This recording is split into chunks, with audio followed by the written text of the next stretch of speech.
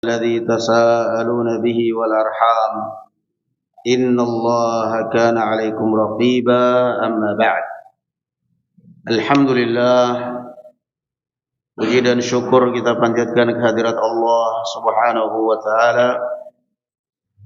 Salawat serta salam semoga tetap tercurahkan kepada Nabi kita Muhammad sallallahu alaihi wa ala alihi wasallam, pada keluarga beliau dan para sahabatnya serta para pengikutnya ila yaumiddin.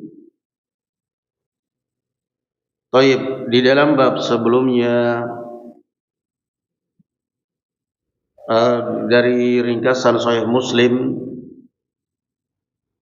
bab tentang yang terakhir yang kita baca adalah bab doanya Nabi sallallahu alaihi wasallam untuk umatnya yang beliau akhirkan.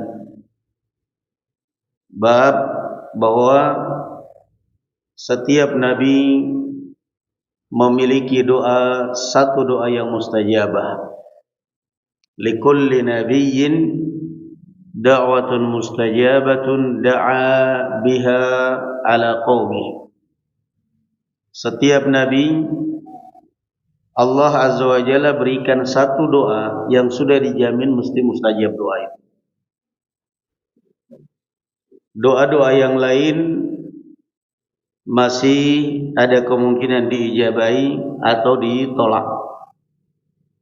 Tapi ada satu doa jurus pamungkasnya para anbiya yang sudah dijamin oleh Allah, masyaallah, subhanallah, yang sudah dijamin oleh Allah Azza wa Jalla bahwa doa yang satu ini mesti mustajab. Makanya kita lihat kenyataan setiap nabi mendoakan kaumnya kehancuran hancur. Nabi Nuh, Nabi Saleh, nabi-nabi yang lain, satu kali kaum nabinya doa hancur. Nabi Yunus pada saat pergi meninggalkan kaumnya, mereka diambang kehancuran, diambang azab. Alhamdulillah Allah Azza wa Jalla selamatkan mereka, karena ketika mereka melihat azab di atas kepala mereka, mereka pun taubat dan beriman, dan akhirnya Allah angkat itu azab. Namun salah satu keistimewaan Nabi kita Muhammad sallallahu alaihi wa ala alihi wasallam, beliau mengatakan, adapun doa saya yang mustajab itu, yang satu itu yang mustajab, sengaja saya akhirkan pada hari kiamat, karena pada saat itu umatku lebih membutuhkan daripada di dunia. Beliau sallallahu alaihi wasallam di dunia, orang-orang Quraisy menantang dengan azab, meminta didoakan azab. Beliau berusaha selalu memalingkan. Bahkan ketika malaikat Jibril datang menawarkan untuk mengadab kaum di Taif, beliau palingkan. Beliau simpan doa ini. Kapan? Untuk kapan? Untuk nanti di hari kiamat beliau akan panjatkan doa itu supaya Allah Azza wa Jalla mengeluarkan umatnya yang bertauhid yang masuk neraka jahanam karena dosa-dosa mereka. Subhanallah. Makanya beliau sallallahu alaihi wa alihi wasallam adalah Nabiur Rahmah, nabi yang membawa kasih sayang untuk alam semesta. Kita masuk kepada bab hadis 99. Qala babu ma nafa'an Nabi sallallahu alaihi wasallam Aba Talib. Bab tidaklah bermanfaat atau tidaklah bisa memberikan manfaat Nabi kita Muhammad sallallahu alaihi wasallam kepada Abu Talib. Bab ini termasuk bab yang mencerdaskan bangsa. Bab yang mencerdaskan bangsa, bukan bab pembodohan bangsa. Bahwa kamu mau jutaan miliaran salawat, kalau kamu tidak kenal sama keturunan Nabi, kagak bakal lo masuk surga. Nabi kagak bakal kenal lu, termasuk juga lu yang ngaku keturunannya. Ini pembodohan. Ini pembodohan manusia dan pembodohan bangsa. Gak pernah mendidik untuk mencerdaskan manusia. Tapi kalau bab di dalam Sahih Muslim ini bab mencerdaskan bangsa, mencerdaskan otak. Apa katanya? Bab Nabi SAW tidak bisa memberikan manfaat kepada pamannya Abu Talib, padahal dia paman satu kali. Bisa memberi manfaat? Enggak sama sekali. Jadi orang kadang-kadang kalau kita lihat ceramah-ceramah di YouTube, orang-orang yang mengaku dzurriyyatnya Nabi terlalu lancang dan terlalu berani dan terlalu gegabah, dan sangat tidak pantas orang seperti itu diakui sebagai dzurriyyatnya Nabi. Ada orang ditanya di kuburan, "Man rabbuk? Man nabiyuk? Ma dinuk? Man rabbuk? Ma dinuk? Man nabiyuk?" Ditanya mungkar nakir, "Al-Habib fulan." Wah, selamat itu dari surga, masuk neraka. Pembodohan tingkat apa coba? Yang aneh lagi, kok bisa masyarakat kita ini percaya ya? Padahal katanya pendidikan. Abu Talib, enggak usah jauh-jauh Abu Talib, satu atap hidup dengan Rasul sallallahu alaihi wasallam. Bermanfaat? Sama sekali enggak bermanfaat.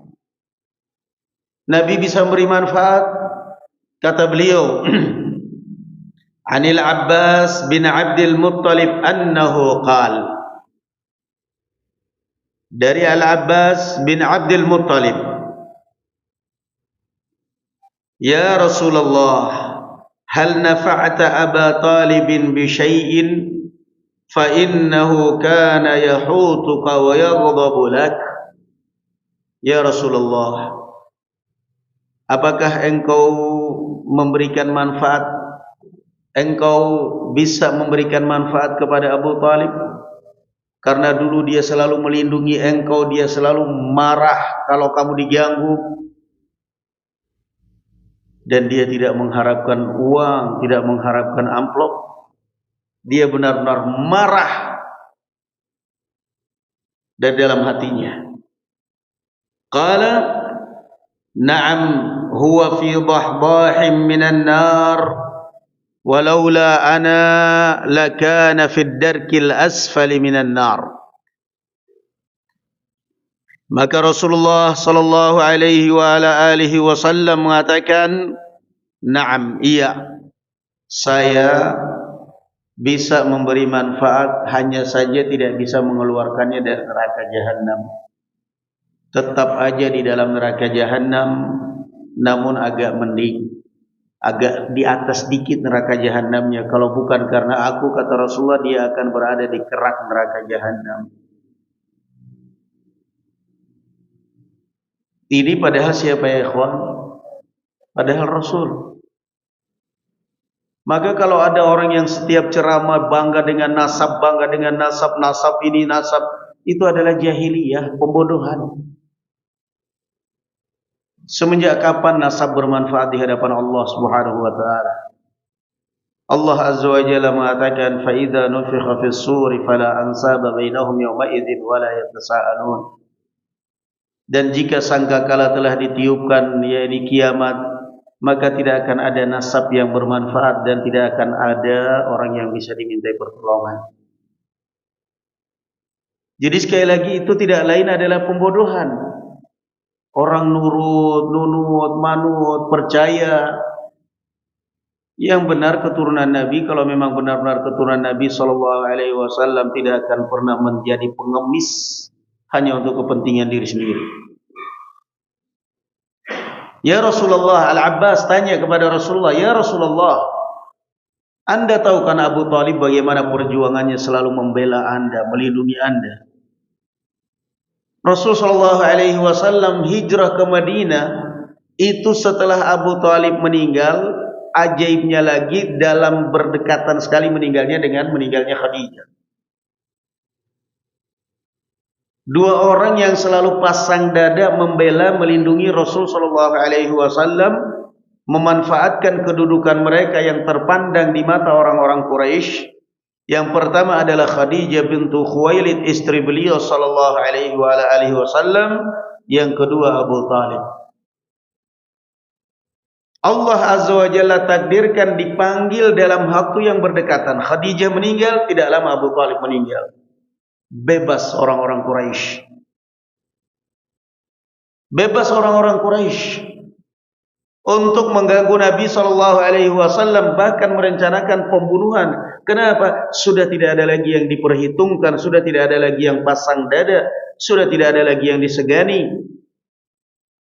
Bahkan beliau sudah mulai tidak nyaman di Makkah. Maka beliau pun berinisiatif berangkat ke Taif.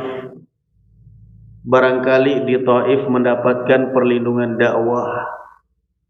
Berangkatlah beliau ke Taif. Sengaja beliau mengajak Zaid bin Harithah, mantan budaknya, bukan mengajak Abu Bakar As-Siddiq. Itu juga siasat beliau.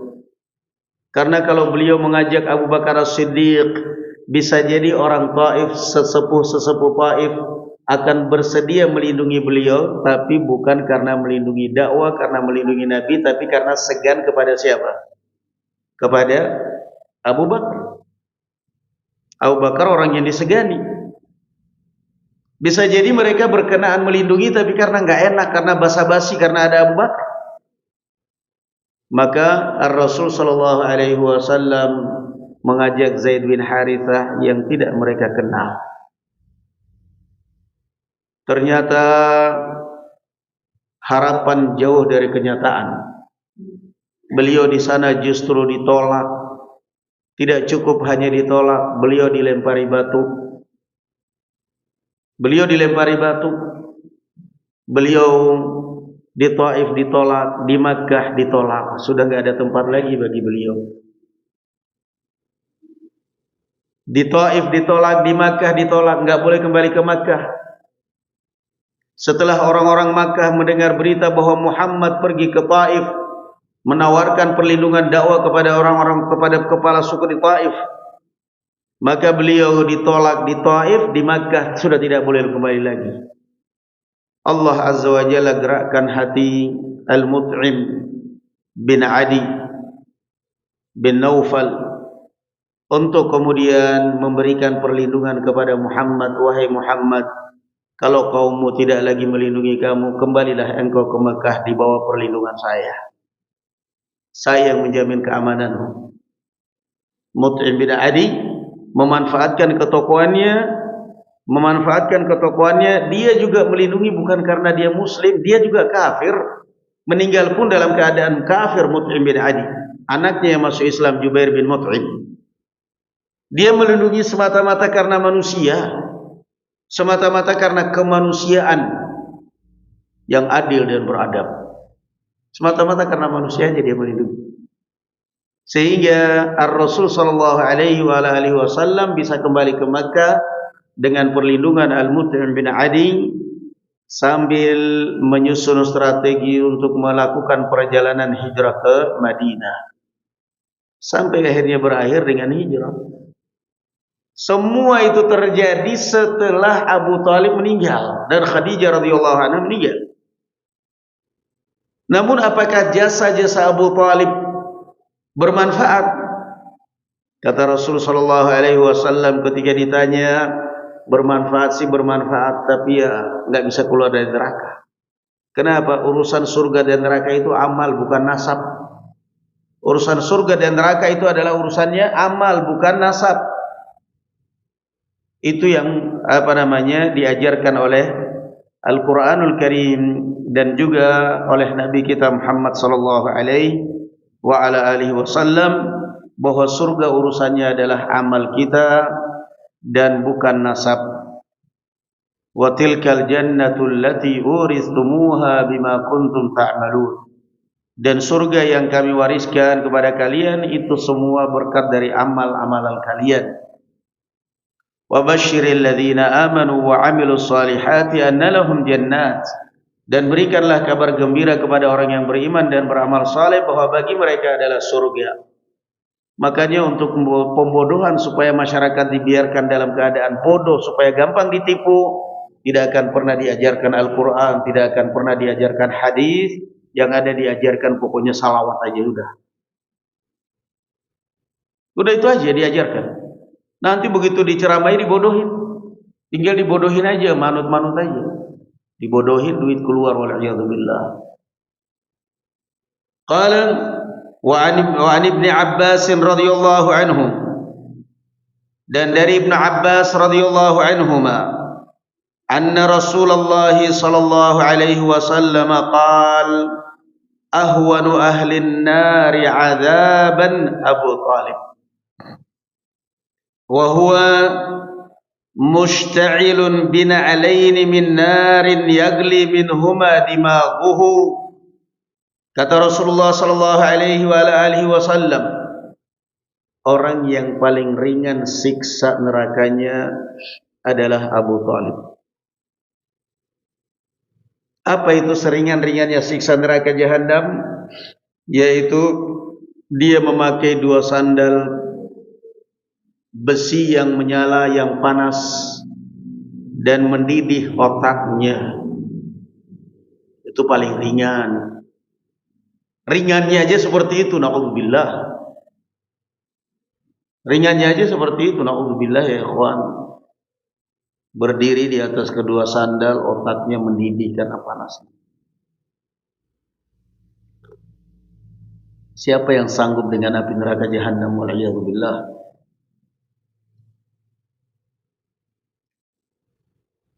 Saya ingin beri catatan ya ikhwan dari hadis ini dan juga hadis-hadis yang lain, bahwa ada salah satu kesalahan yang sering terjadi di kalangan kita ini, yaitu kebiasaan membenci orang. Kalau orang sudah salah kita benci. Salah. Abu Talib salah tidak ya ikhwan? Salah, jelas kafir dia. Tapi apa dibenci oleh Rasulullah sallallahu alaihi wasallam? Enggak. Kalau perbuatannya dibenci.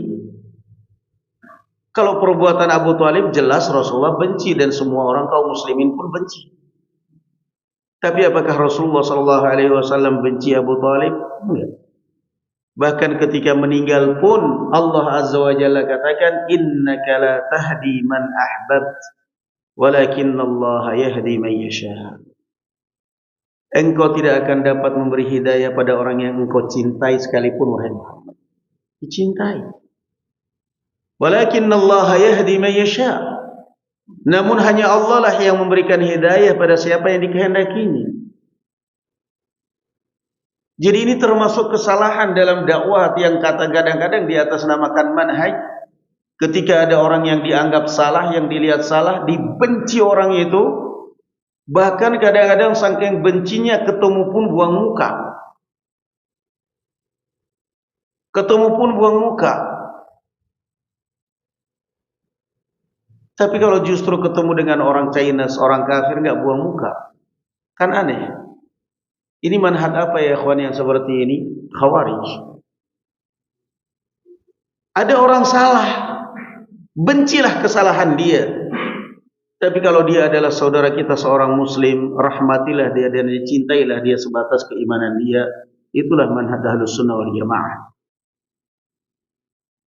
Ayahnya Nabi Ibrahim ya ikhwan, musyrik atau mukmin? Musyrik. Ayahnya Nabi Ibrahim musyrik. Nabi Ibrahim berlepas tidak dari ayahnya? Berlepas enggak? Berlepas. Berlepas diri dari ayahnya. Berlepas dari apa yang diperbuat oleh ayahnya. Berlepas diri dari apa yang disembah oleh ayahnya. Tapi coba lihat begitu santunnya Ibrahim kepada ayahnya. Sa'astaghfirulaka rabbi innaka bi hafiyah. Saya akan mintakan ampun untuk engkau hai ayah. Tetap ada rasa rahmah, tetap ada rasa simpati, tetap ada rasa kasih sayang. Jadi hati itu jangan bengis. Kalau sudah ngaji itu hati itu jangan jadi bengis. Orang-orang yang kalau sudah ngaji hatinya jadi bengis, mukanya jadi bengis, itu pantasnya jadi umpan buaya orang seperti itu. Salah, itu salahnya. Enggak. Kamu kerjaanmu apa? Selalu benci orang. Apa kamu sudah megang kunci surga? Kamu mengharapkan orang muslim, orang mukmin yang enggak pernah salah, enggak bakal dapat. Makanya Allah katakan wal mu'minuna wal mu'minatu ba'dhuhum awliya'u ba'd ya'muruna bil ma'ruf wa yanhauna 'anil munkar. Kaum mukminin Allah katakan mukmin dan mukminah satu sama yang lain adalah sahabat. Mereka menegakkan amar ma'ruf nahi munkar. Menegakkan amar ma'ruf nahi munkar berarti ada kesalahan tidak ya ikhwan? Kalau enggak ada kesalahan apa perlunya nahi munkar? Apa perlunya nahi munkar kalau enggak ada kesalahan? Kata Rasul sallallahu alaihi wasallam, "Unsur akhaka zaliman aw madluma." Tolonglah saudara kamu pada saat dia zalim ataupun terzalimi. Ya Rasulullah, ansuruhu idza kana madluman, fa idza kana zaliman kaifa nasruh? Ya Rasulullah, kalau dia tertindas terzalimi saya tolong itu masuk akal. Tapi kalau dia sedang zalim, entah itu zalim menzalimi orang lain, menzalimi diri sendiri, sedang berbuat dosa, gimana cara saya nolong dia ya Rasulullah? Qala tahjizuhu 'anil dzulm fa inna dzalika nasruka iyyah. Kata Rasul sallallahu alaihi wasallam, cegat dia dari perbuatan kezaliman. Ya, ini perbuatan dosa, jangan. Karena itulah yang namanya menolong dan menyelamatkan saudara kamu. Allah juga mengatakan apa? Wal 'asr innal insana lafi khusr illa alladzina amanu. Orang yang tidak akan merugi siapa ya ikhwan? Pertama orang yang beriman. Yang kedua apa? Wa tawasau bil haqq. Mengingatkan orang dengan kebenaran. Dakwah menunjukkan apa? Ada kesalahan. Wa tawasau bis sabr. Jadi sekali lagi barakallahu fikum ya ikhwan, ini yang sering terjadi, yang sangat mengiris hati. Kenapa kalau ada orang salah kita begitu bencinya kepada dia? Bahkan kadang-kadang ditanamkan pun untuk kadang-kadang bahkan anaknya sendiri, orang tuanya sendiri. Suami istri kadang-kadang sampai dipisahkan gara-gara kesalahan. La haula wala quwwata illa billah. Suaminya ngaji di sini, istrinya ngaji di sana. Kau minta cerai aja. Itu suamimu hizbi. Minta cerai. Lah istrinya Nabi Lut siapa? Istrinya Nabi Lut itu apa? Ngaji enggak? Istrinya Nabi Lut apa? Ngaji apa kafir? Kafir. Diceraikan enggak sama Nabi Lut? Enggak. Nabi Nuh istrinya kafir. Ceraikan enggak? Enggak. Kenapa? Yang namanya istri tugasnya di dalam rumah menjaga amanah rumah, urusan rumah beres, jaga harga diri suami, jaga harga diri kehormatan suami. Diri kamu itu adalah milik suami kamu. Dia mengurusin rumah, dia menjaga. Itu yang saya butuh dalam rumah saya titik. Titik. Jadi ini yang kadang-kadang barakallahu fikum ya ikhwan terjadi di kalangan kita. Kalau sudah ada perbedaan kita benci kepada orang berlebihan. Kenapa sih kita kok sedangkal itu dan setipis itu, setipis kulit bawang hati kita? Segampang itu kita benci orang. Dan kalau sudah benci dendam. Dan kalau sudah dendam ke sumat. Dibawa sampai ke alam kubur. Innalillahi wa inna ilaihi rajiun, telah meninggal fulan, begitu dibaca. Saya enggak akan mengantarkan dia ke kuburan. Dia sudah lama dinasihati, tetap aja mau ngaji. Innalillahi. Apa seperti itu ajaran Islam? Akhirnya apa? Karena benci pada orang yang ada, celaan, makian, mencela, memaki. Kita tanya, apa pernah Rasulullah SAW mencela orang? Pernah Rasulullah SAW memaki orang? Kamu ini ngaji apa ini? Jadi ini sekali lagi barakallahu fikum, ini kesalahan yang mengiris hati.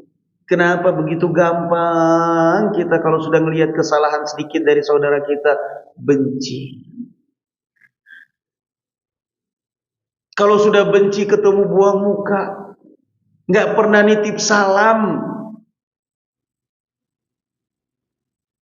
Segitukah ajaran Rasul? Segitukah ngaji salaf? Itukah hasil ngaji salaf? Itu bukan hasil ngaji salaf, itu hasil ngaji salah. Itu hasil ngaji salah. Itu bukan hasil ngaji sunnah, itu hasil ngaji susah. Enggak benar ya ikhwan. Al-Abbas ibn Abdul Muttalib tanya kepada Rasul, "Ya Rasulullah, hal nafa'ta Aba Talib bi syai'in fa innahu kana yahutuka wa yaghdabu lak?" Ya Rasulullah, apa engkau bisa memberikan manfaat kepada Abu Talib? Bagaimanapun dia banyak jasa. Dulu dia melindungi engkau, dulu dia marah pada saat engkau disakiti. Apa jawab Rasul? Kasar beliau? Ala, apa itu orang tua kafir? Enggak ada. Akhlak beliau, lesan beliau luar biasa. Kata Rasulullah, "Na'am, iya. Sayangnya enggak bisa keluar dari neraka jahanam. Karena dia kafir. Sayangnya dia enggak bisa keluar dari neraka jahanam karena dia kafir. Saya hanya bisa memberikan manfaat sebatas untuk diringankan sedikit azab." Jadi koreksi ya ikhwan, barakallahu fikum. Kalau hasilnya kita taklim, kalau hasilnya kita ngaji, justru yang ada adalah membenci orang. Membenci orang, setiap ada orang yang salah, setiap ada yang bermasalah dengan kita, kita benci. Koreksi diri, koreksi akhlak kita, ada yang salah. Kita bukan sedang ngaji salah, berarti sedang ngaji salah. Enggak benar itu. Justru semestinya barakallahu fikum dengan ngajikan kita semakin cinta. Bagaimana caranya supaya kita semakin cinta satu sama yang lain, saling mencintai? Kata Rasul sallallahu alaihi wasallam, tahadu tahabbu, saling memberi hadiah. Saling memberi hadiah, kalian akan saling mencintai. Naam. Datang taklim seperti ini, misalnya datang taklim seperti ini, ada yang bawa gorengan tempe, ada yang bawa 5, ada yang bawa ini 10, ada yang bawa macam-macam. Habis itu ayo makan bareng-bareng. Tahadu tahabu. Nah, yang satu datang enggak bawa gorengan tempe, enggak bawa apa-apa, bawanya anaknya 5 dibawa semua. Orang ngelirik dia semua, hebat nih orang. Tahu ada yang gratis datang. Tahadu tahabu. Kenapa kita tidak bisa menciptakan situasi-situasi seperti itu? Kata Rasul sallallahu alaihi wasallam, mau kalian cara saya ajarkan supaya kalian saling mencintai, saling beri hadiah. Yang ini beri hadiah, yang ini beri hadiah. Walaupun apa adanya, tolonglah terimalah. Nah, yang satu bawa susu kedelai 3, yang satu bawa ini, ayo makan bareng. Itu kan akan lebih harmonis. Satu ya Allah, itu yang bikin miris. Ya, kalau didiamkan terus, ya akhirnya ya kesan dakwah salafi itu seakan-akan kalau sudah ngaji ya permusuhan, kebencian. Akhirnya negatif.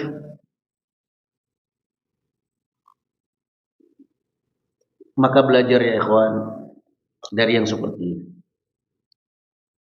Setelah Rasulullah SAW dan para sahabat menunaikan Umratul Hudaybiyah,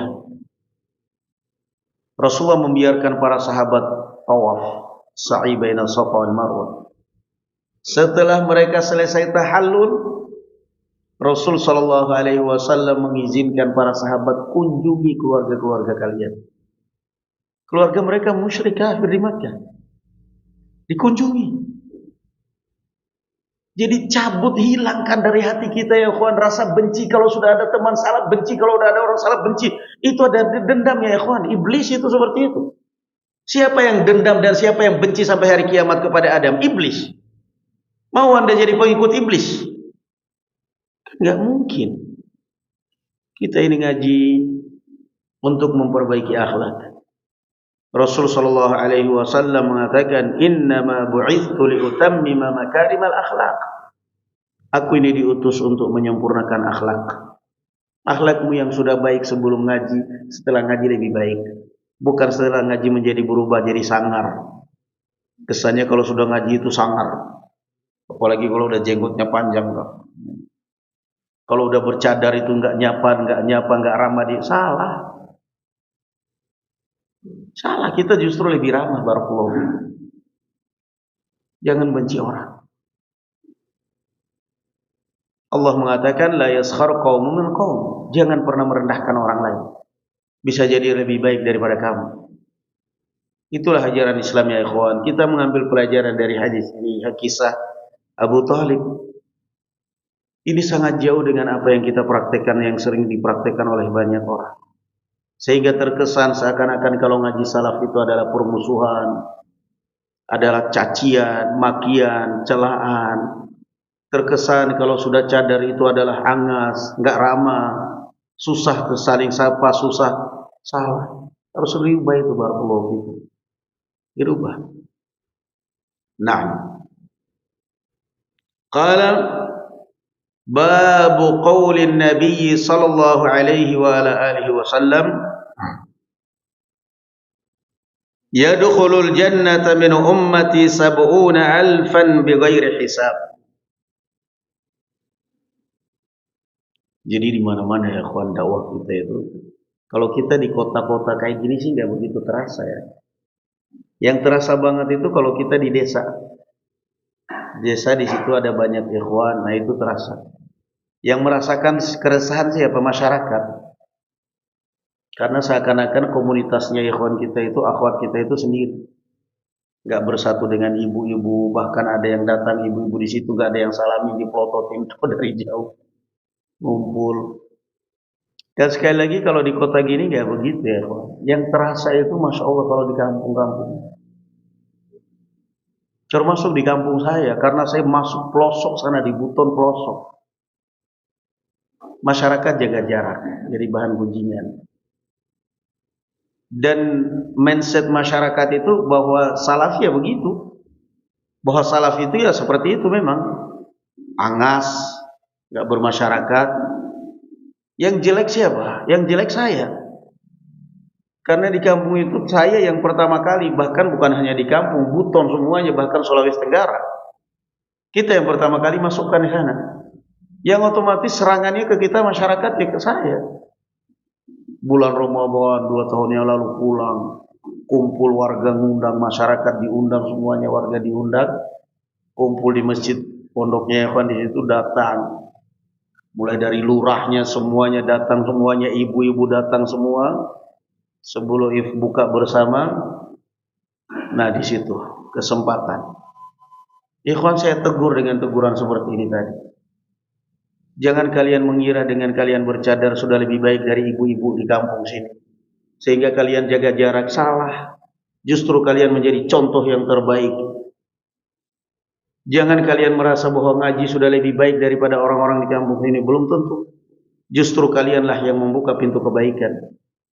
Di situ itu masyarakat baru terbelalak matanya. Oh, ternyata bukan ajaran dari ustadznya ini. Ternyata ini bukan ajaran dari ustadznya. Ternyata ini memang dasarnya wataknya orang-orang ini. Itu semenjak itu alhamdulillah berubah. Masyarakat jadi menerima.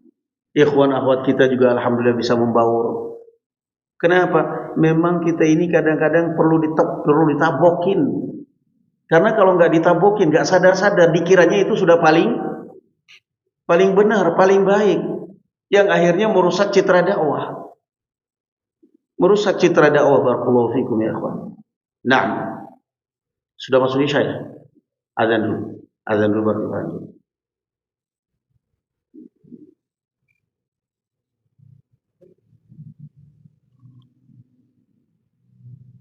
Allahu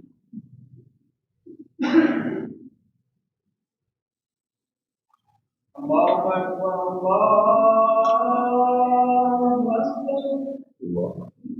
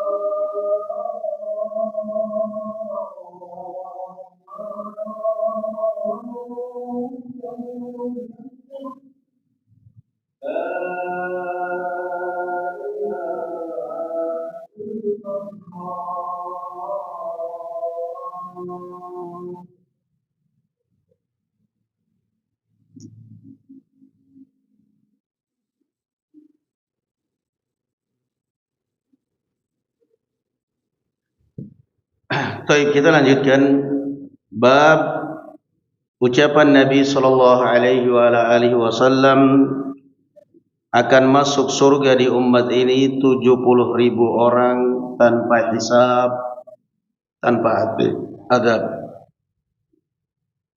Naam, 70.000, 70.000 orang.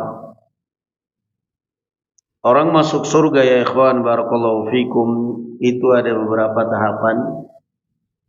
Tahapan yang paling istimewa adalah masuk surga tanpa hisab, tanpa azab. Ini pintunya VVIP, langsung.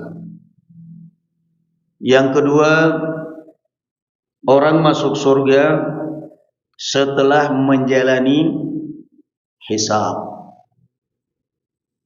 Dan hisab itu ada dua, hisaban yasira. Fasawfa yuhasabu hisaban yasira.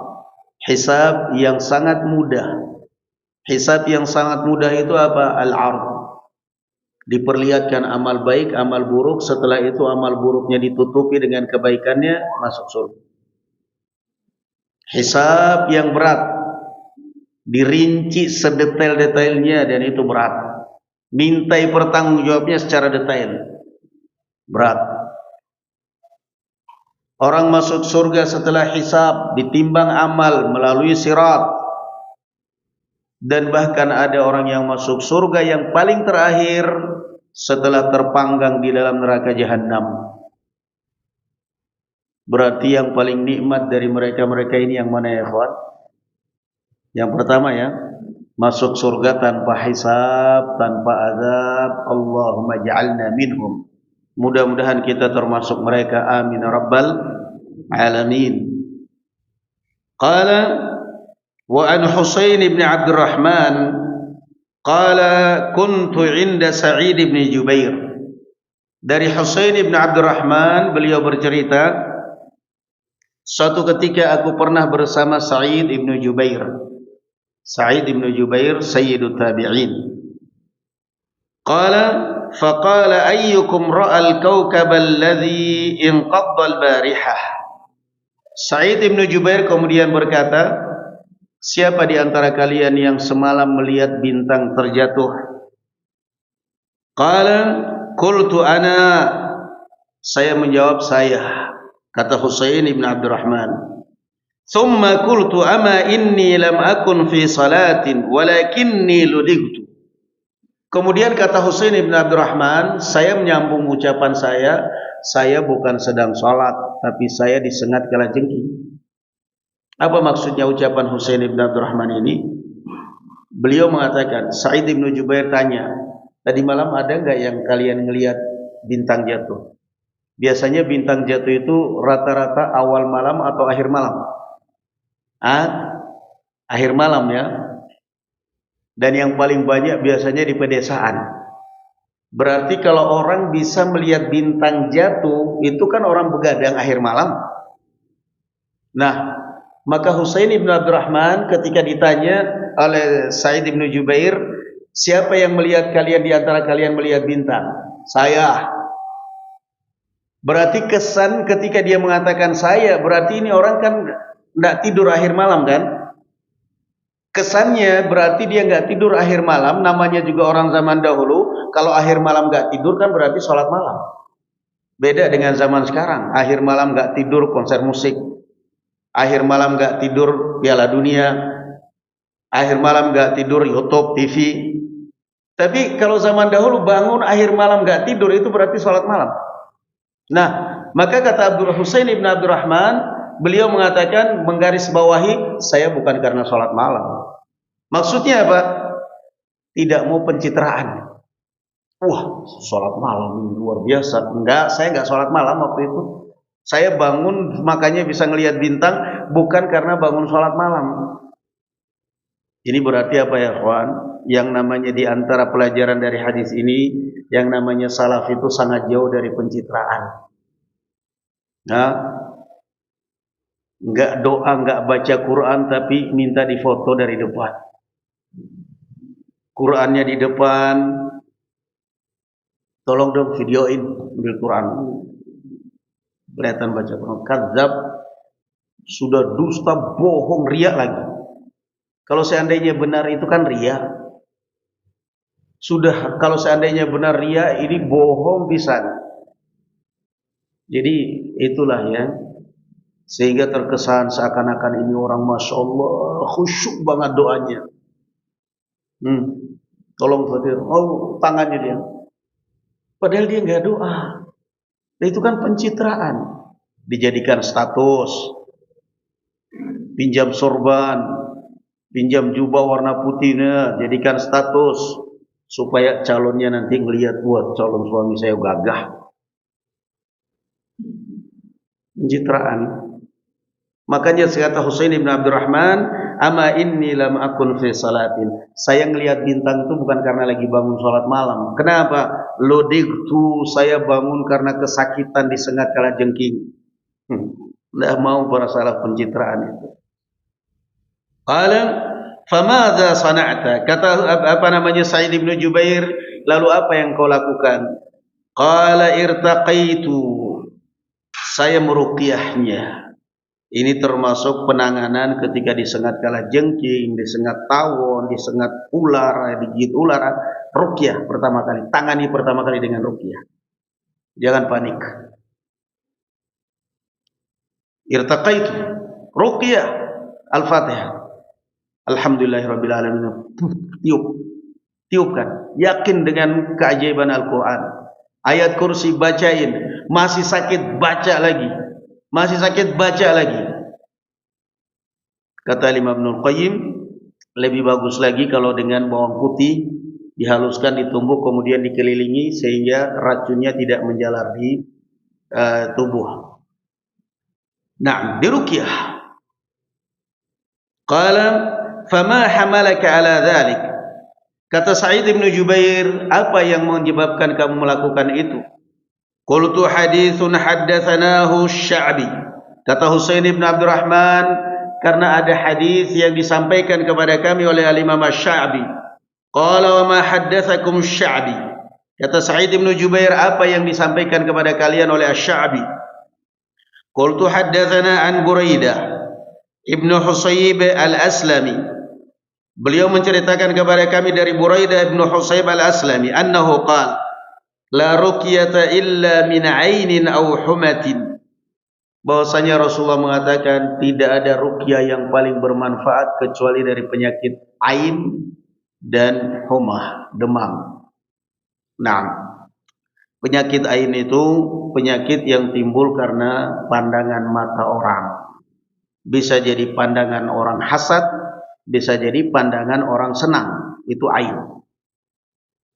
Makanya kalau anakmu dipuji-puji orang, atau kamu dipuji-puji orang, usaha kamu, kekayaan kamu dipuji-puji orang, kecantikan kamu dipuji-puji orang, kecantikan istrimu dipuji-puji orang, jangan GR. Khawatirnya bisa jadi kena ain. Masya Allah, kamu hitam jelek kok istrimu cantik banget ya. Kamu ketemunya di kegelapan malam apa kata dia? Istrimu cantik gitu, muda, putih gini, kamu jelek gitu, kok mau istri kamu? Kamu kok eman-eman, bomba gini-gini. Kamunya GR, GR lah punya istri cantik gitu-gitu. Nggak taunya besoknya selingkuh.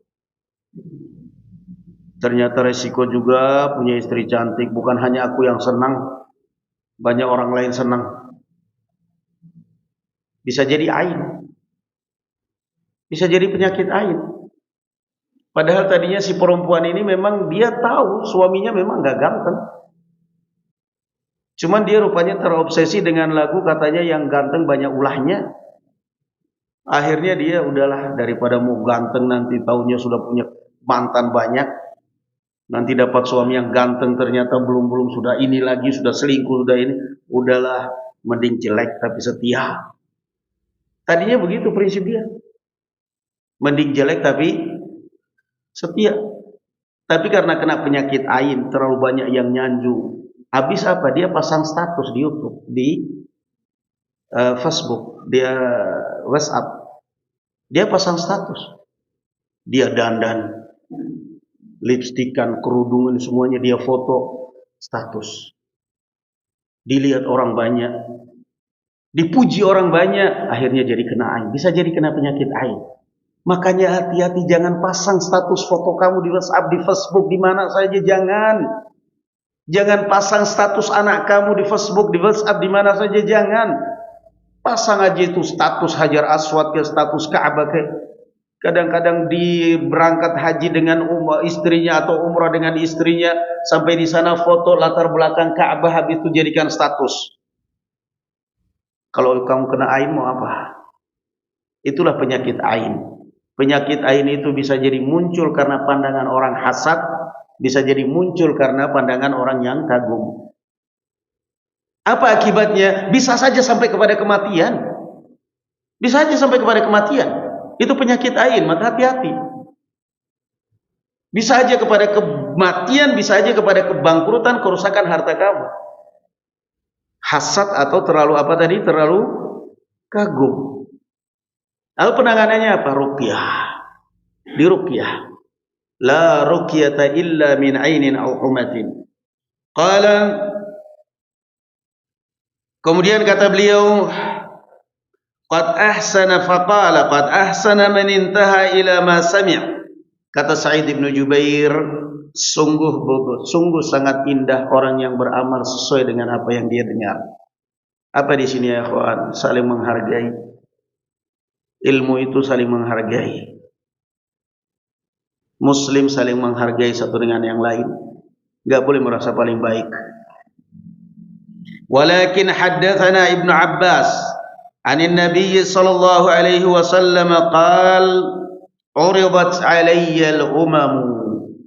Kata Rasulullah, kata Sa'id bin Jubair, akan tetapi saya pernah mendengarkan hadis dari Ibnu Abbas bahwasanya Rasulullah sallallahu alaihi wasallam pernah bercerita uridat 'alayya al-umam.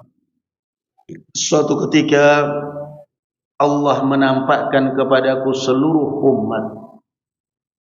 Qala fara'aitu an-nabiyya wa ma'ahu ar-ruhayt. Lalu aku melihat Nabi dan dia hanya diikuti sekelompok kecil. Wan nabiyya wa ma'ahu ar-rajul war-rajulan. Dan Nabi hanya diikuti satu atau dua orang. Wan nabiyya wa laysa ma'ahu ahad. Dan Nabi dan tidak ada pengikutnya sama sekali. Nabi gak ada pengikutnya, insyaallah. Di sini apa ya kawan pelajaran dapat kita ambil? Yang namanya menyampaikan kebenaran, memegang dakwah itu jangan pernah kecil hati. Berdakwah jangan pernah kecil hati. Yang penting kamu benar. Yang penting kamu berjalan di atas kebenaran. Rasul sallallahu alaihi wasallam dalam tidur Allah tampakkan kepada beliau umat. Dia melihat itu umat satu persatu. Ada umat, ini ada nabi ini, pengikutnya satu dua orang. Tiba-tiba ada nabi, enggak ada pengikutnya sama sekali. Antum tahu ada nabi yang enggak ada pengikutnya? Hah? Kira-kira nabi siapa itu?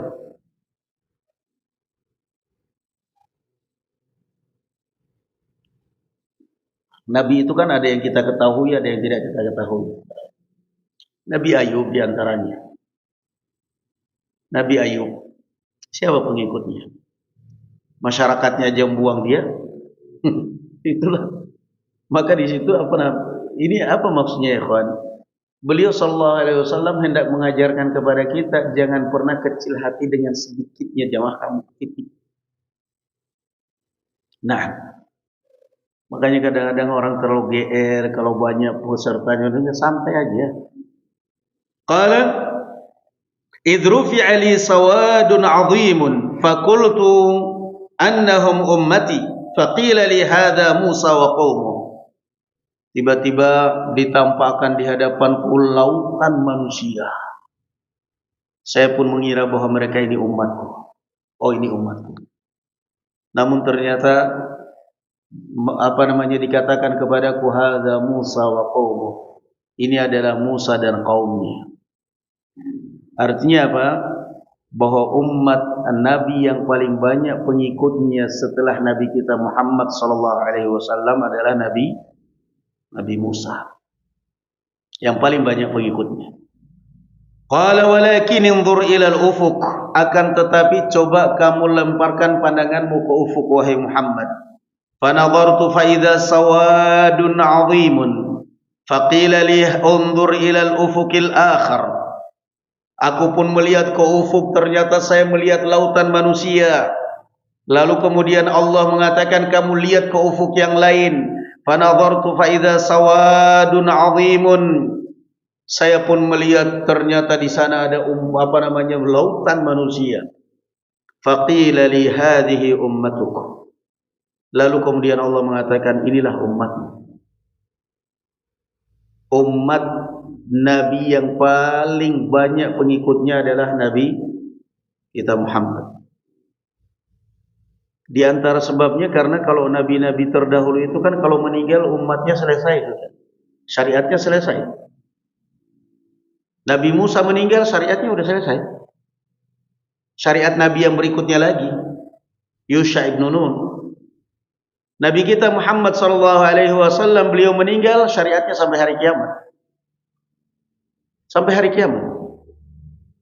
Maka kalau ada orang tanya apakah seperti bangsa Israel, setan Yahoo itu misalnya, apakah mereka termasuk umatnya Nabi kita Muhammad? Orang-orang kafir itu barat yang kafir-kafir, apakah mereka termasuk umatnya Nabi kita Muhammad sallallahu alaihi wasallam? Jawabannya apa ya, ikhwan? Termasuk umatnya Nabi kita Muhammad bukan? termasuk. Kalau kita mengatakan mereka bukan termasuk umatnya Nabi kita Muhammad, berarti bisa jadi mereka bebas azab. Karena belum sampai kepada mereka apa? Syariat. Kalau kita katakan mereka bukan umatnya Nabi kita Muhammad, enak. Mereka yang enak. Kalau begitu enggak bakal diazab karena belum sampai kepada mereka syariat. Ada nabi setelah Nabi Muhammad? Enggak ada. Sedangkan Allah mengatakan wa ma kunna mu'adzibina hatta nab'atsa rasula. Kami tidak akan mungkin mengazab suatu kaum sebelum kami mengutus rasul. Nabi Muhammad sudah meninggal. Maka siapapun semenjak Nabi kita Muhammad sallallahu alaihi wasallam diutus, yang muslim yang kafir semua umat beliau sallallahu alaihi wasallam. Makanya semua pertanyaannya di dalam kubur sama, man nabiyyuk, man rabbuk, madinuk, sama.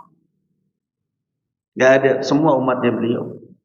Kan ada umatnya beliau, ada ummatul da'wah, ada ummatul ijabah. Umatnya beliau itu kan ada dua. Ummatul ijabah, umat ijabah, umat yang menerima syariat yaitu umat Islam. Itu namanya umat yang menerima dakwah beliau. Yang pertama ummatud dakwah, umat yang sudah tersampaikan kepada mereka apa? Dakwah. Umat yang sudah tersampaikan kepada mereka dakwah, artinya berarti di akhirat tidak ada lagi alasan bagi mereka di hadapan Allah karena sudah sampai kepada mereka apa? Dakwah. Nah, beliau kemudian melanjutkan ceritanya. Wa minhum sab'una alfan, dan di antara umatku lautan manusia dari umatku ini 70.000 orang yadkhulunal jannata bighairi hisabin wala azab.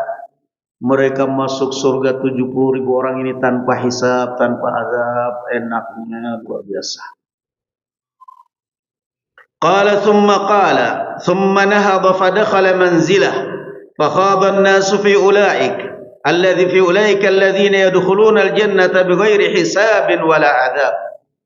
Setelah Rasulullah cerita seperti itu, berdiri masuk rumah. Sengaja dibikin sahabat penasaran. Setelah Rasulullah mengatakan di antara umatku ini ada 70.000 orang masuk surga tanpa hisab, tanpa azab, berdiri assalamualaikum masuk rumah tanpa kabar. Akhirnya para sahabat penasaran. Siapa ya? 70.000 orang masuk surga tanpa hisab, tanpa azab. Siapa mereka itu ya? Penasaran mereka. Faqala ba'dhum fala'allahum alladhina sahibu Rasulullah wa qala ba'dhum fala'allahum alladhina wulidu fil Islam wa lam yusyriku billahi syai'a wa dzakaru asya'a. Akhirnya mereka para sahabat tebak-tebakan. Ada yang mengatakan mudah-mudahan saja mereka itu adalah para sahabat. Biar kita aja yang masuk, yang lain enggak usah. Ada lagi yang mengatakan atau mungkin juga mereka ini adalah orang-orang yang lahir dalam keadaan Islam dan tidak pernah berbuat syirik. Kalau pendapat ini diterima, Umar bisa-bisa mikul pedang. Karena Umar lahir dalam keadaan bukan dalam keadaan Islam. Pokoknya tebak-tebakanlah. Kemungkinan ini barangkali ini. Fa kharaja alaihim Rasulullah sallallahu alaihi wasallam faqala. Maka Rasul sallallahu alaihi wasallam keluar menemui mereka dan berkata, "Malladzi takhuduna fi?" Apa yang kalian ributkan? Qala fa akhbaru. Mereka pun menceritakannya kepada Rasulullah.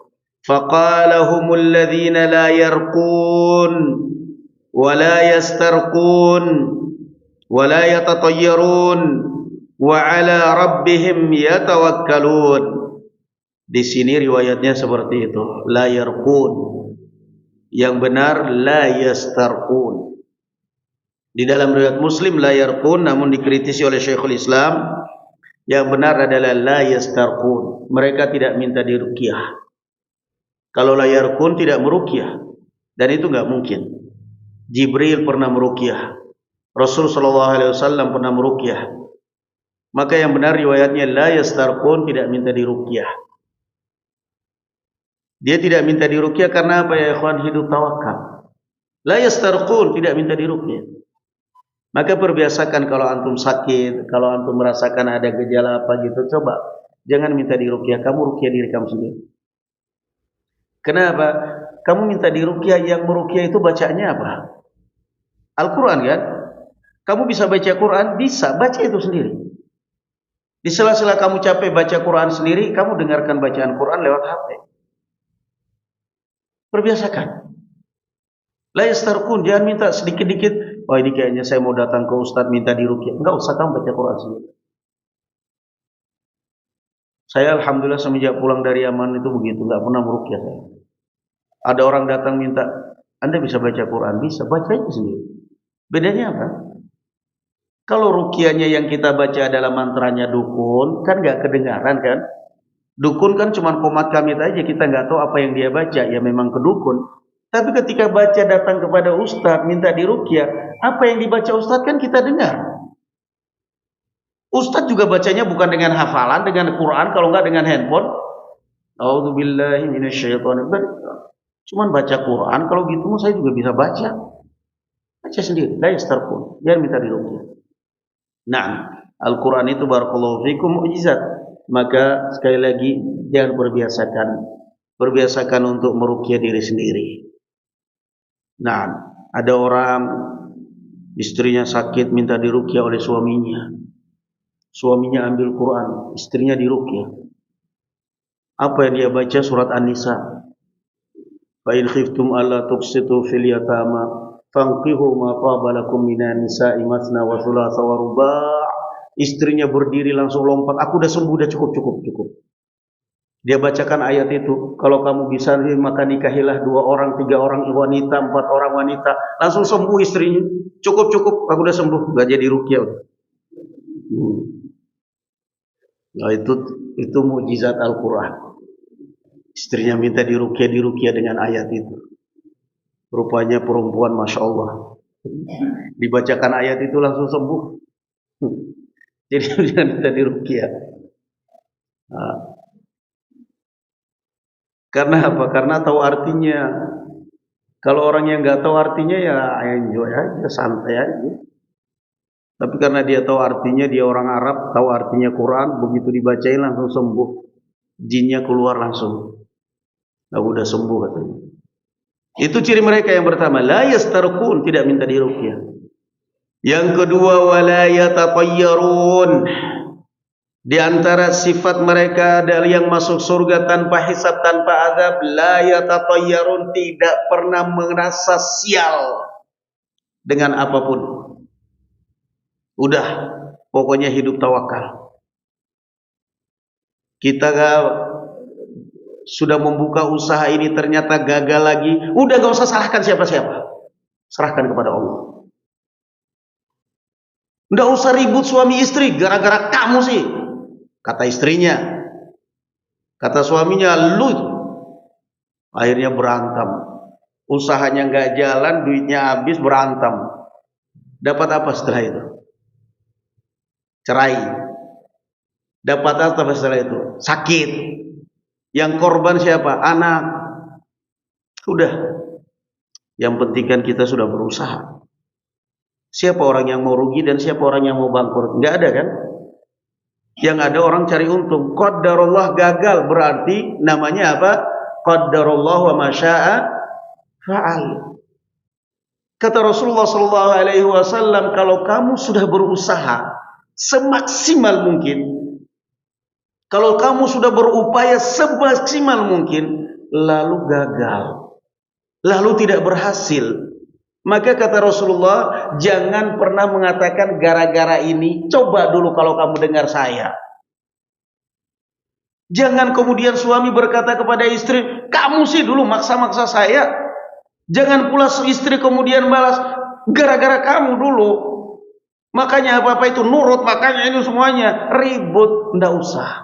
Kata Rasulullah sallallahu alaihi wasallam, kalau kalian sudah saling menyalahkan, saling menyerang seperti itu peluang pintu setan akan terbuka. Setan tepuk tangan, ayo perang aja terus. Pulang-pulang akhirnya istri tidur di kamar, suami tidur di emperan. Kenapa? Istrinya ngambek gak dibukain pintu. Gara-gara papa ini, gara-gara ini, gara-gara. Datang anaknya, Pak, kenapa tidur di luar, Pak?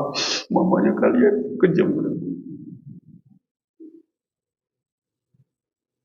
kejam. Udah nggak usah. Kata Rasulullah apa? La taqul law anni fa'altu kadza kana kadza wa kadza. Kalau sudah kejadian seperti itu, jangan pernah berandai-andai, jangan pernah gara-gara ini, gara-gara itu, udah enggak usah. Apa? Qadarullah wa ma syaa fa'al. Katakan satu kalimat, istri, suami, anak semuanya satu kalimat. Udah bilang, qadarullah, takdir sudah. Kita sudah berusaha kok.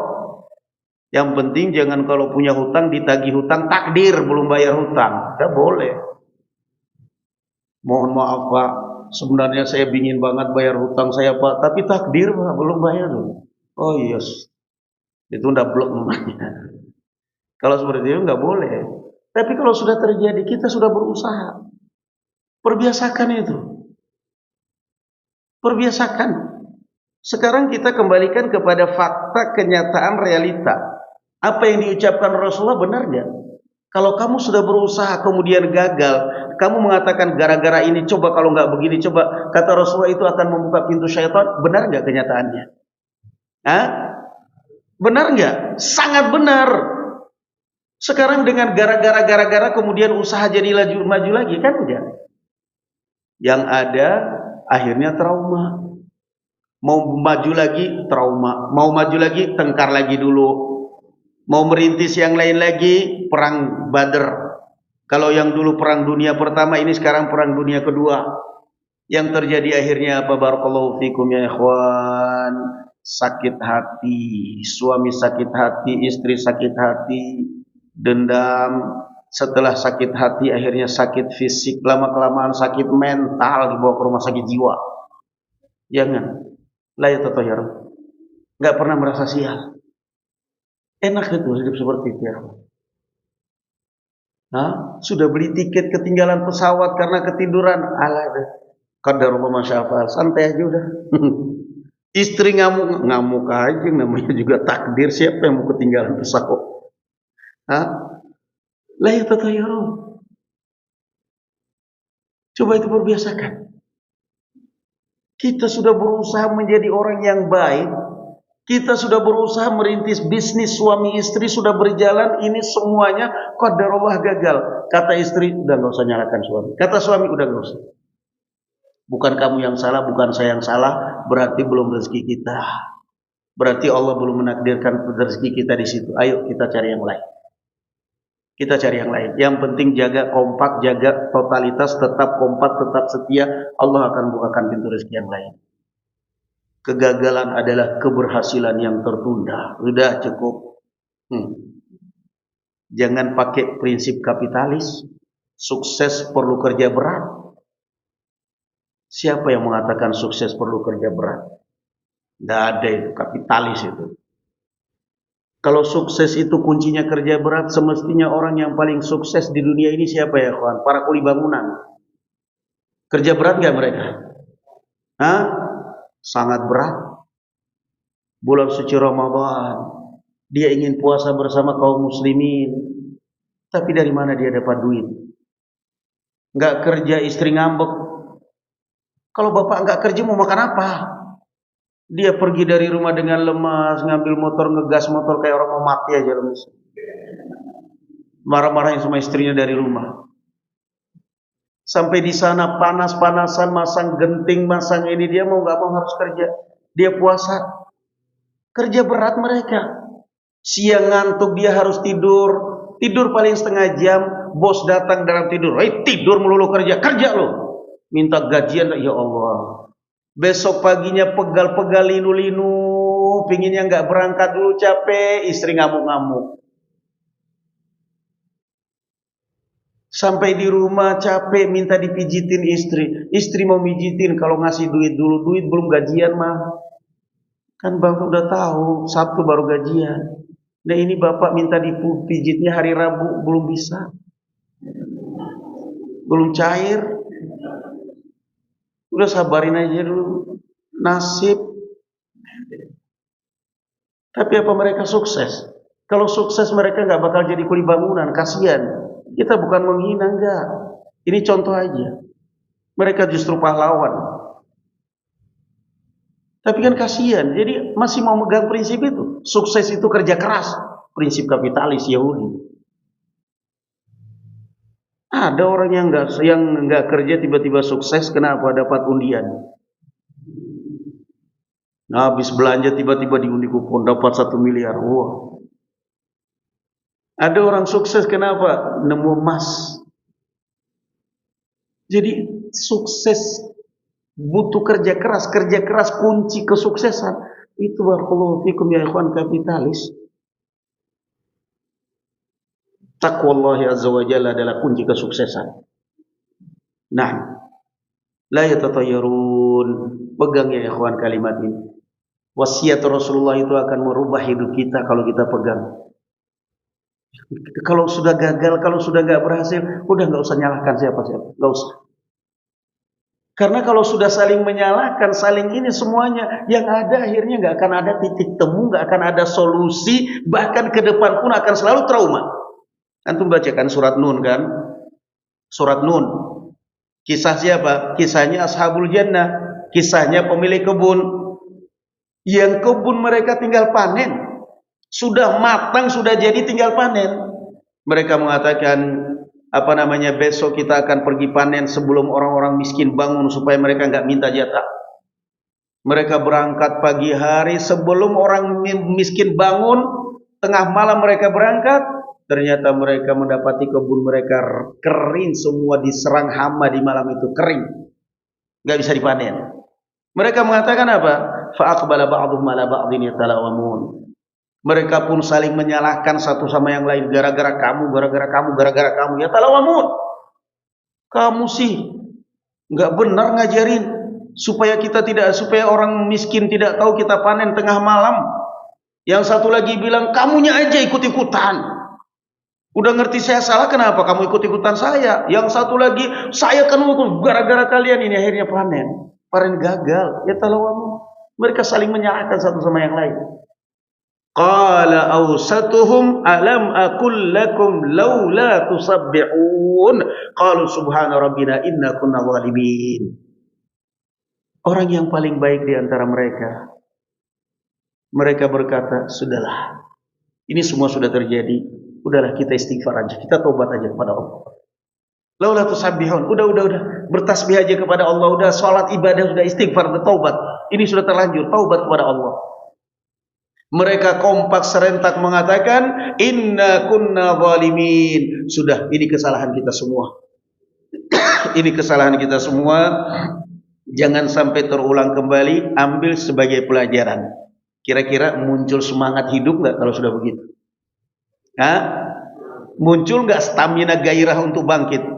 Muncul, tapi kalau tadi gara-gara yang ada bunuh-bunuhan.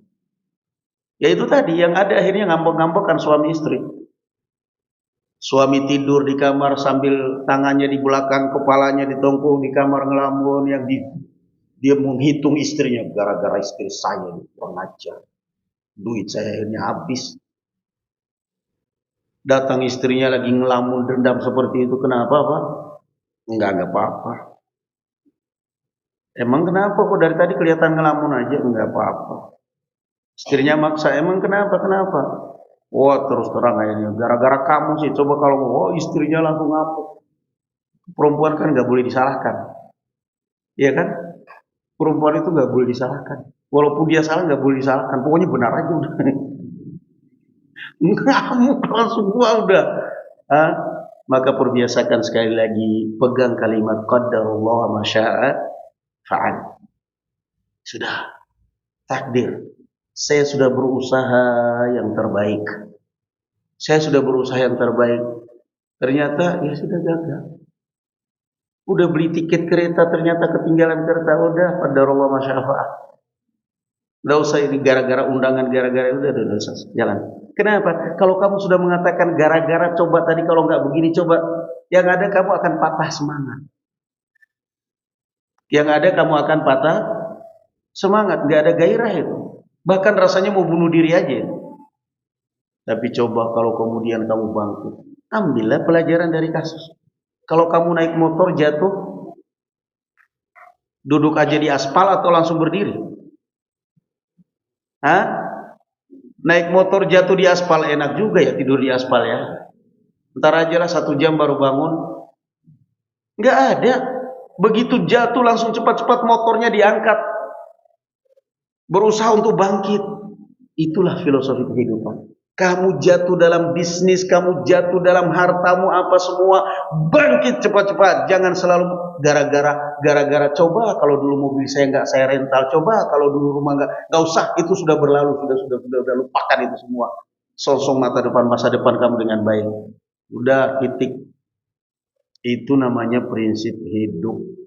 Wala yatatayyarun, tidak pernah minta diruqyah, tidak pernah merasa sial dengan menuduh gara-gara ini, gara-gara itu, gara-gara ini. Bapak sih, coba dulu kalau anak kita dinikahkan sama laki-laki itu, kan mereka sudah sukses, belum tentu Pak. Itu dulu Bapak kan, dulu itu laki-laki itu ngelamar putri kita kan Pak. Waktu itu Bapak nolak kan. Sekarang putri kita dengan laki-laki yang itu akhirnya apa sampai sekarang nasibnya kayak gitu aja kan? Kenapa suaminya cuma Grab? Coba kalau dulu kita terima lamaran laki-laki, sekarang sudah sukses, mobilnya sudah Fortuner. Belum tentu, karena nasibnya orang itu kadang-kadang juga di perjodohan nggak connect. Belum tentu. Belum tentu. Jadi semua itu hanya Allah yang tahu. Hanya Allah yang tahu. Kita nggak bisa memastikan. Apa sudah tahu Bapak kalau dulu mesti jodoh sama anak kalau berjodoh dengan anak kita bakal kaya begitu? Belum tentu Pak. Bisa jadi dia nikah dengan anak kita, ya anak kita segitu nasibnya memang segitu sudah. Jadi sudah sekali lagi paling enak barakallahu fikum ya ikhwan, keimanan kepada takdir itu kuatkan dalam hati kita, tanamkan dalam hati kita. Kalau sudah ada kegagalan dalam suatu hal, dalam merintis usaha, dalam merintis bisnis, dalam apa saja, perbiasakan qadarullah masyaallah. Di mobil suami istri saling menyalahkan, udah titik, nggak usah saling menyalahkan. Ayo bangkit, nggak usah. Nggak bakal kembali duit kita dengan saling menyalahkan. Yang ada penyakit yang muncul. Udah, ayo bangkit. Kita mau bangkit dari 0, kita mau bangkit dari 1, dari 2, pokoknya titik. Hilangkan itu masa lalu, trauma masa lalu, hilangkan, bangkit ke depannya. Kan begitu. La yatatayyarun. Jangan pernah menyalahkan apa gara-gara ini, gara-gara itu, enggak usah. Walaupun kita dinasihatin orang, gara-gara saya nerima nasihat dia dulu makanya saya begini, enggak usah. Gara-gara itu kan semua bukan untuk syaitan. Yang ketiga apa kata Rasulullah? Wala yaktawun. Mereka tidak pernah melakukan pengobatan kay. Kay itu besi panas. Makruh. Besi panas. Dipanasin sampai merah, setelah itu ditempelkan di tumor. Kenapa makruh? Karena madaratnya sudah jelas 100%, manfaatnya masih dalam spekulasi. Nah, orang stroke misalnya, tempelin besi panas. Iya, kalau kemudian setelah itu langsung bisa gerak tangannya kalau mati. Makanya makruh, layak tahun. Nah, makruh pengobatan seperti itu biasanya dipakai oleh orang-orang Arab, biasanya untuk hewan. Untuk hewan aja, manusia nggak berani. Kemudian faqama Ukashah bin Mihsan faqala ya Rasulullah ud'u Allah an yaj'alani minhum. Qala anta minhum. Thumma qala rajulun akhar faqala ud'u Allah an yaj'alani minhum faqala sabaqaka biha Ukashah.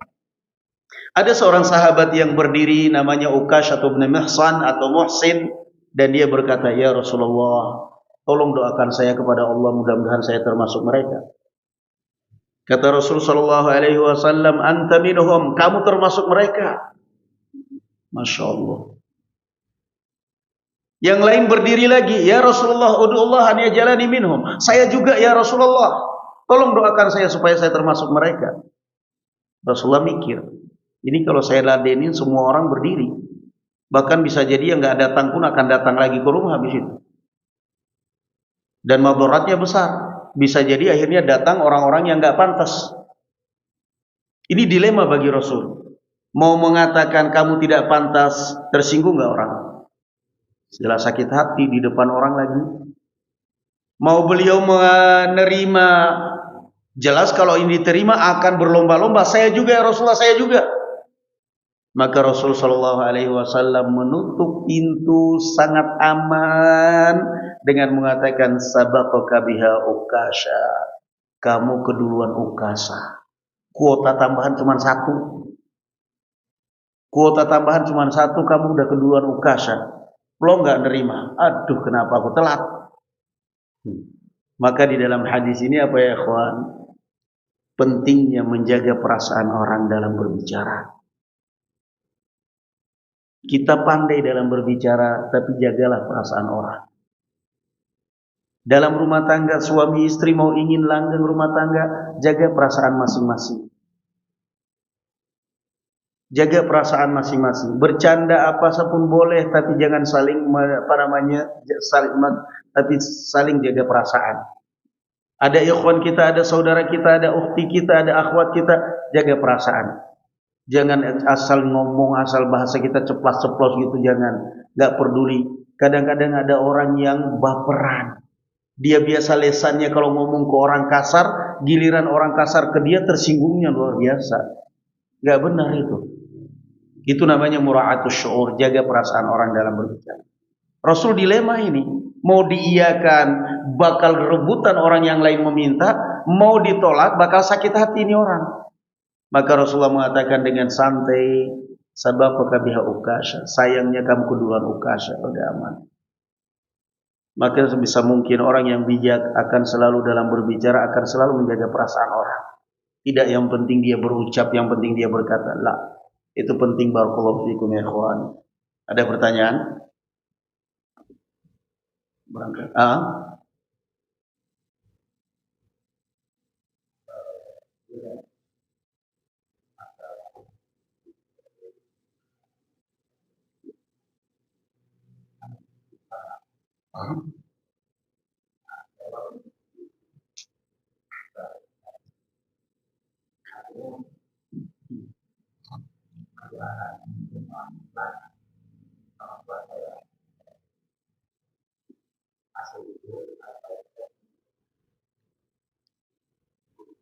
Pertama, Nabi Ibrahim memintakan ampun untuk ayahnya itu sebelum dilarang oleh Allah. Sebelum ada larangan. Setelah ada larangan beliau berhenti. Karena ngerti ayahnya musyrik. Ayahnya musyrik. Maka Nabi Ibrahim sebagai bukti baktinya kepada orang tua, ketika diusir oleh ayahnya, saya akan terus-terusan memintakan ampun atas dosa-dosa kamu, ayah. Setelah itu dilarang oleh Allah Azza wa Jalla.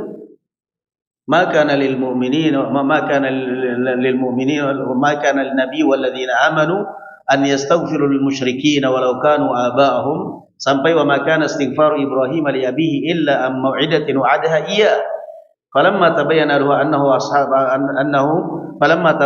annahu aduwwu lillahi tabarra'a min. Nah, setelah tahu dilarang oleh Allah Azza wa Jalla, Nabi Ibrahim berlepas. Nah, jadi itu.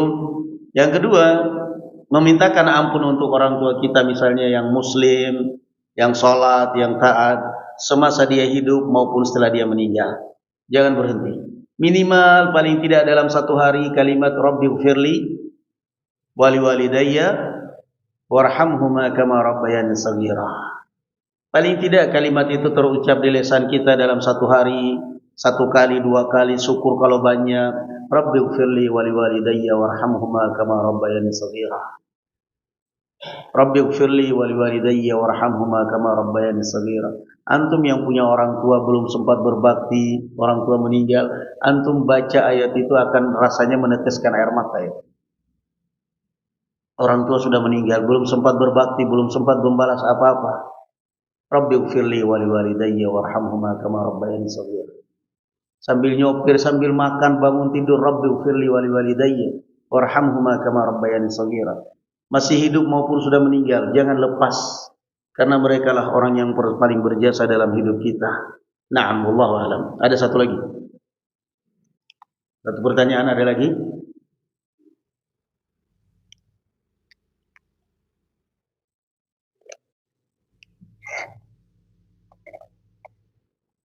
Baik, udah nggak ada ya. Kalau nggak ada kita cukupkan sampai sini. Barakallahu fiikum, wallahu a'lam bissawab. Subhanakallahumma bihamdik, asyhadu an la ilaha illa anta, astaghfiruka wa atubu ilaik. Assalamualaikum warahmatullahi wabarakatuh.